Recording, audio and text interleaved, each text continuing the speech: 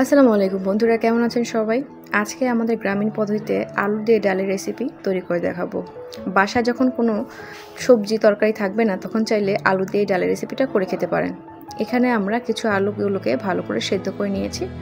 আপনারা যে পরিমাণ রান্না করবেন সেই পরিমাণ আলুটা কিন্তু নিয়ে নেবেন। এই রেসিপিটা কিন্তু আমার কাছে অনেক বেশি ভালো লেগেছে, চাইলে আপনারা ওই রেসিপিটা বাসায় তৈরি করতে পারেন। এভাবে আমরা আলুগুলোকে ভর্তার মতো করে মাখিয়ে নেব।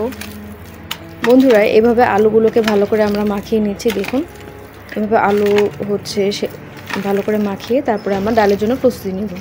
এই ডালের রেসিপিটা আমার কাছে কিন্তু অনেক বেশি ভালো লাগে, বিশেষ করে যখন বাসায় কোনো শাক সবজি বা কোনো খাবার রান্না জাতীয় কোনো খাবার থাকে না, তখন কিন্তু এই ডালের রেসিপিটা আপনারা করে খেতে পারেন।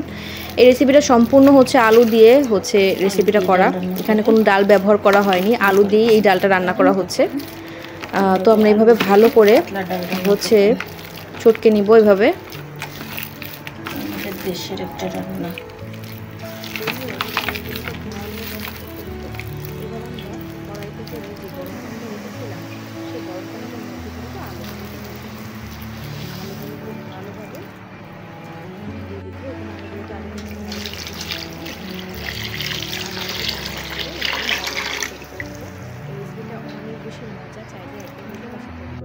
লবণ দিয়ে দিলাম পরিমাণ মতো হলুদ দিয়ে ভালো করে এখন একটু নিয়ে নিচ্ছি।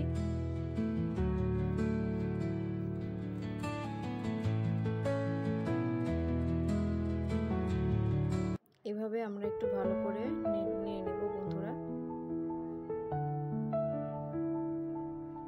এই পর্যায়ে এসে আমরা কাঁচামরিচ রেখেছিলাম, সেই কাঁচামরিচগুলো দিয়ে দিলাম স্বাদের জন্য।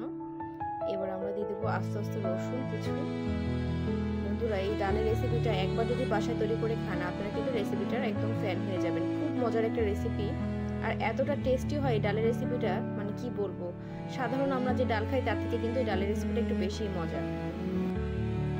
বন্ধুরা, এই পর্যায়ে এসে যে তেঁতুলগুলো রেখেছিলাম আমরা, তেঁতুলগুলো ভিতরে দিয়ে দিলাম। তেঁতুলটা দেওয়ার কারণে কিন্তু 2 পিস তেঁতুল দিয়েছি, যাতে খুব সুন্দর একটা স্বাদ হয় আর এতটা টেস্টি হয় কি বলবো। এবার পেঁয়াজ, রসুন আর আস্ত জিরা ভালো করে আমরা এভাবে টেলে নেব পোড়ানির জন্য। বন্ধুরা, যখন আপনার কোনো রেসিপি করতে ইচ্ছা করতেছে না বা চটজলদি কোনো রেসিপি করতে হবে, তখন চাইলে কিন্তু এই ডালের রেসিপিটা বাসায় তৈরি করে খেতে পারেন। এখানে আমরা আস্ত শুকনো মরিচ নিয়েছি একটু ভেঙে। এবার আমরা যে পোড়ানিগুলো ভেজে নিয়েছি এগুলো ডালের মধ্যে দিয়ে দিব। তো আমরা এখন এখানে একটু উঠিয়ে ভিতর থেকে একটু নেড়ে দিচ্ছি। দেখুন,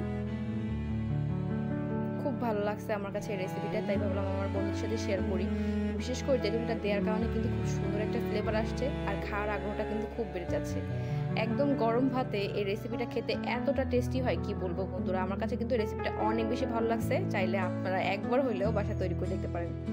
আমাদের গ্রামে এই টাইপের ডাল রান্না করা হয় অনেকটা সময়, এবং এই ডালটা আমরা অনেক বেশি পছন্দ করে খাই। তাই চিন্তা করলাম এই ডালের রেসিপিটা আপনাদের সাথে একটু শেয়ার করে ফেলি। খুব মজা হয়, বিশেষ করে যে কোনো সময় গরম ভাতের সাথে এই রেসিপিটা খেতে। চটজলদি রেসিপি, ইজি একটা রেসিপি, খুব সহজে কিন্তু চাইলে বাসা তৈরি করে খেতে পারবেন। আর যারা এখনও আমাদের চ্যানেলে নতুন, তারা চাইলে কিন্তু চ্যানেলটাকে সাবস্ক্রাইব করে দেবেন এবং লাইক দেবেন। অবশ্যই লাইক দিয়ে পুরো ভিডিওটা দেখবেন বন্ধুরা। আপনাদের ভালোবাসা থাকলে ইনশাআল্লাহ সামনে নতুন নতুন আরও ভিডিও করতে আমি ইন্সপিরেশন পাবো। আমি একটু চেখে দেখছি যে ডালটা কেমন হয়েছে। সত্যি অনেক বেশি মজা হয়েছে আর অনেক বেশি টেস্টি হয়েছে। এমন একটা ডাল রেসিপি থাকলে সত্যি আর কিছুই লাগে না। এ পর্যায়ে এসে আমরা ধনেপাতা দিয়ে দিব স্বাদের জন্য। এখানে আমরা বিলেতি ধনেপাতাটা অ্যাড করছি। তো সব মিলে সবগুলো ফ্লেভার অ্যাড করার পরে কিন্তু ডালের রেসিপিটা আরও বেশি টেস্টি হয়েছে। বিশেষ করে তেঁতুলটা দেওয়ার কারণে কিন্তু একটু বেশি মজা লাগছে আমার কাছে। একটু টক টক ভাব হবে এবং সবগুলো ফ্লেভার মিলে এই ডালের রেসিপিটাকে আরও বেশি টেস্টি করে তোলে বন্ধুরা। তো রান্না করতে করতে প্রায় আমরা রান্নার শেষ পর্যায়ে চলে এসেছি। ডালটাকে খুব ভালো করে সেদ্ধ করা হয়েছিল এবং রান্নাটাও কিন্তু খুব চমৎকার ছিল। চাইলে একবার হইলেও যদি বাসায় রেসিপিটা করে খান, আপনারা কিন্তু রেসিপিটার ফ্যান হয়ে যাবেন। কেমন লাগলো আজকে এই ডালের রেসিপিটা অবশ্যই কমেন্টে জানাতে ভুলবেন না। আজকে এখানেই শেষ করছি। সবাই ভালো থাকবেন। আল্লাহ হাফেজ।